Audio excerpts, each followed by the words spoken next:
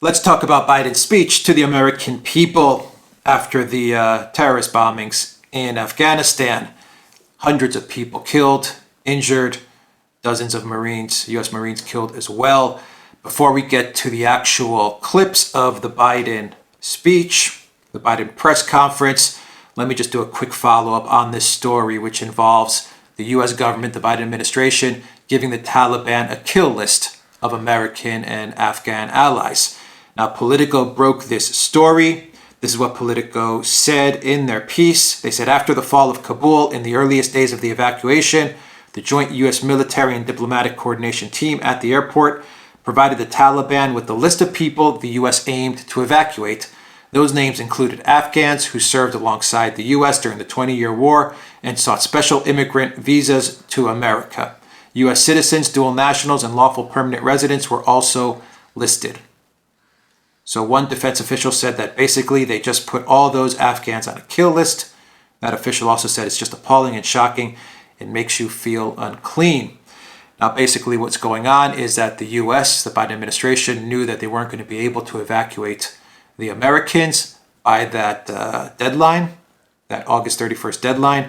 They were providing lists to the Taliban of people that they needed to evacuate and people that should get through into the airport. So they gave the Taliban a list of American names and Afghan ally names.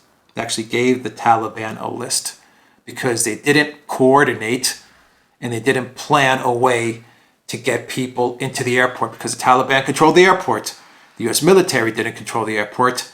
So they had no plan in place. And what did they do?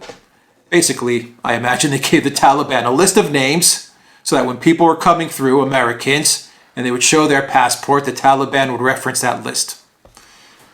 Real smart, Biden White House. Real smart. Now, during the press conference, Biden did not deny the fact that a kill list was given to the Taliban of American and Afghan ally names. He said this: there have been occasions where our military has contacted their military counterparts in the Taliban and said this bus is coming through, made up of the following group, let it through. Biden also said, yes, there have been occasions like that. Biden said that to his knowledge, the bulk of that group has been let through, but can't say with certitude that there was a list of names passed to the Taliban. Biden, the president of the United States, can't say with certitude that there was a list of names provided to the Taliban, which means pretty much, yes, the Biden administration handed a kill list to the Taliban. That's what Biden is saying, without coming out and just saying, yes, we handed a list to the Taliban. No denying the report means that it's true. Let's get to the press conference. The title from Zero Hedge reads, Biden delivers surreal press conference, vows to hunt down ISIS, blames Trump. It is now going to be ISIS-K, everybody. That is the word that we need to remember as this new war on terror is launched. ISIS-K. That is the target. Biden said, know this, we will not forgive, we will not forget, we will hunt you down and make you pay. That is a direct quote from Biden. The speech was really bizarre. He quoted the Bible. There were moments of silence. He said that he accepts the blame, but then he went on to blame Trump. He then went on to state that the reason no Americans were killed in Afghanistan up until yesterday was because of Trump, which was really weird for Biden to admit that. Then Biden also pulled out his list of reporters to call on for questions, the scripted list. The whole thing was scripted, which was really weird to see Biden actually pull out a piece of paper and say, these are the reporters I've been told to call on. The mistake that he did make was that he did call on Fox News' Peter Doocy, and there's a good exchange between the two, and I will play that last. I will actually put that video up last. Really interesting exchange between both of them. Biden actually hangs his head. This iconic picture right here was during the exchange with Peter Doocy. This picture is going to go down in history. Biden hangs his head. He was grabbing his folder, he was hugging that binder with the script and everything he was told to say and do, and the list of journalists he was meant to call on. He was hugging that thing throughout the press conference. At times he was actually holding it up, like reading and holding it up for everyone to see. Really strange press conference. Biden said that whatever they need, if they need additional force, I will grant it. Adding that the U.S. military can target ISIS-K without large-scale military operations. So you get kind of a hint that maybe the neocons and the war hawks may be able to push Biden to go back into Afghanistan. Maybe. He did throw that out there. So let's play some videos. The first one is from Benny Johnson, which is a quote from Biden. He said, "To those who carried out this attack, as well as anyone who wishes America harm, know this: we will not forgive, we will not forget. We will hunt you down and make you pay." Let's play this video. To those who carried out this attack, as well as anyone who wishes America harm, know this: we will not forgive. We will not forget. We will hunt you down and make you pay. I will defend our interests and our people with every measure at my command. Okay, so that's Biden's clip where he says, "We will hunt you down and make you pay." Once again, hinting on the war of terror, that the war against terror, which will now be launched by the U.S. So you'll have a domestic war against terror, which they've already launched, and now they're going to launch their foreign war against terror. So we'll have two wars against terror going on at the same time, and all the surveillance and authoritarianism and restrictions, lockdowns, COOF, all that stuff that will be coming in the winter. So it's going to be a real S show, that's for sure. Where are we now? Okay, Biden. This one was an interesting clip. Biden said out loud, "The first person I was instructed to call upon before taking questions." This is from disclose.tv. What a weird clip to get out there. What a weird part of the speech. The first person I was instructed to call on. Let's play it. He gave me a list here. The first person I was instructed to call on was Kelly O'Donnell of NBC. And here's a tweet from Stephen Miller, which says, "They gave me a list here. The first person I was instructed to call on." Amazing. And everyone goes along with this. Exactly. And everyone is going along with this charade of a presidency. It's incredible what we're seeing. This is complete theater, a complete show. Everyone goes along with this. Very good tweet. Kayleigh McEnany sent a tweet. She said, "Joe, I bear responsibility for all that's happened." That's a quote from Biden's press conference. And then he went on to blame Trump. And the way he blamed Trump was really bizarre. Really weird, because he blames Trump, but then he admits that Trump kept American servicemen, servicewomen, kept American citizens in Afghanistan safe because of his negotiations with the Taliban and the plan he laid out to get the U.S. out of Afghanistan by May 1st. That was the reason why everyone was kept safe. So he blames Trump, and then he goes on and says it was President Trump that kept all the Americans safe. And then I came along. Another strange clip. He gave Trump credit for the only reason there was relative peace in Afghanistan up until yesterday. This is a tweet from Amy Tarkanian, which says Biden just admitted that the only reason there was relative peace in Afghanistan before he came along was because of President Trump. I'm sure that wasn't on the teleprompter. Let's play this clip.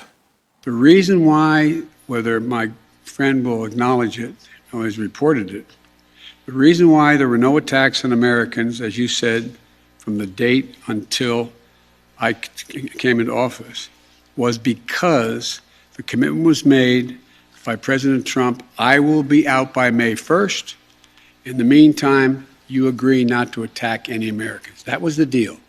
That's why no American was attacked. And then we had Biden cutting the press conference short. It was a really weird statement. He said, "I have another meeting." For real. This is what Biden said to cut the press conference short. He said, "Yes, I do stand by decisions to pull U.S. troops out of Afghanistan." Then he cuts the reporter short. He cuts off questions and he says, "I have another meeting for real." That is a quote. "I have another meeting for real." And that's how it all ended. Let me play the exchange between Peter Doocy and Biden. And it's a long exchange, but it's an interesting exchange. It is the exchange where he does say that President Trump,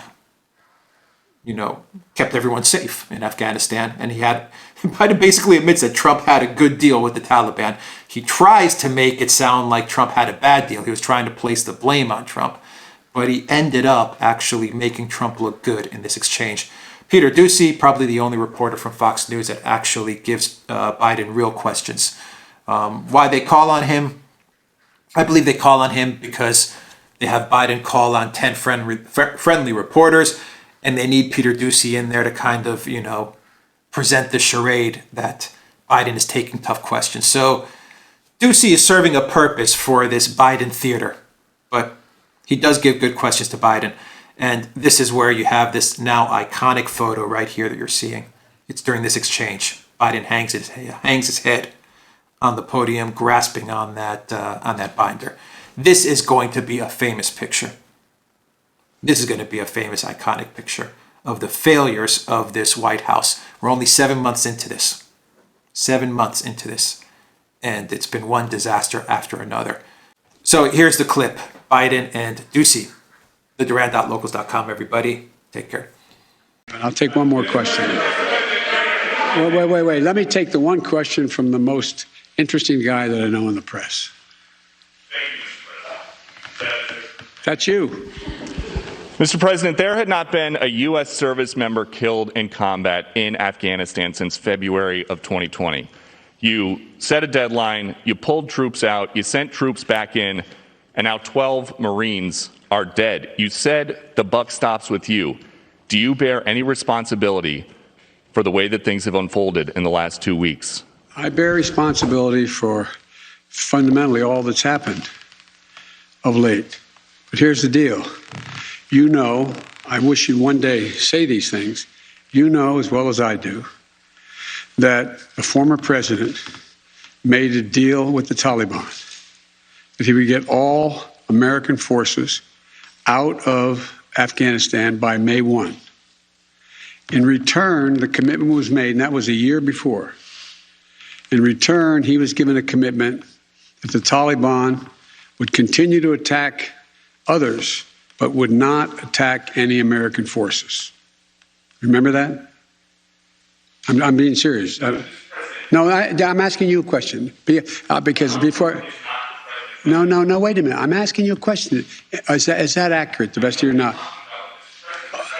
What? I don't think that the issue that... do you think that people have an issue with pulling out of Afghanistan or just the way that things have happened? I think they have an issue that people are likely to get hurt.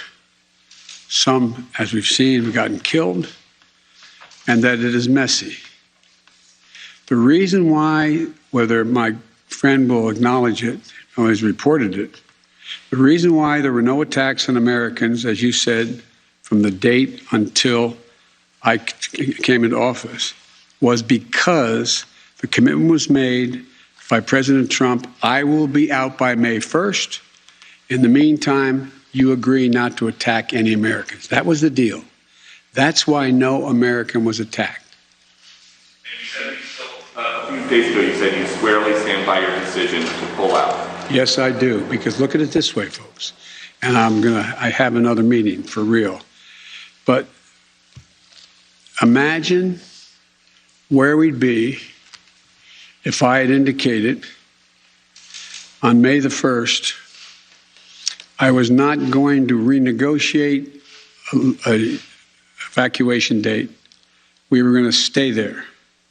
I'd have only one alternative: pour thousands of more troops back into Afghanistan to fight a war that we had already won relative to why the reason we went in the first place.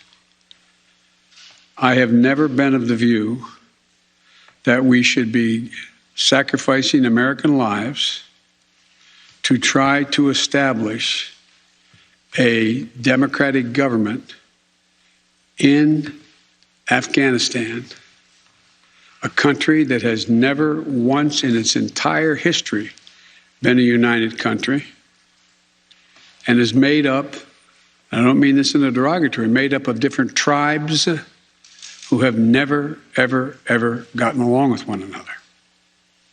And so, as I said before, and this is the last comment I'll make, we'll have more chance to talk about this, unfortunately, beyond, because we're not out yet.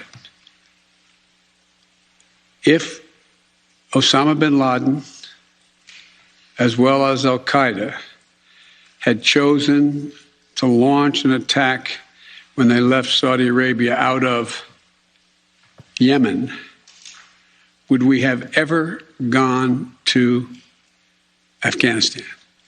Even though the Taliban completely controlled Afghanistan at the time, would we have ever gone? I know it's not fair to ask you questions, it's rhetorical, but raise your hand if you think we should have gone and given up thousands of lives and tens of thousands of wounded. Our interest in going was to prevent al-Qaeda from reemerging, first to get bin Laden, wipe out al-Qaeda in Afghanistan, prevent that from happening again. As I've said 100 times, terrorism is metastasized around the world. We have greater threats coming out of other countries, a heck of a lot closer to the United States. We don't have military encampments there. We don't keep people there. We have over-the-horizon capability to keep them from going after us. Ladies and gentlemen, it was time to end a 20-year war. Thank you so much.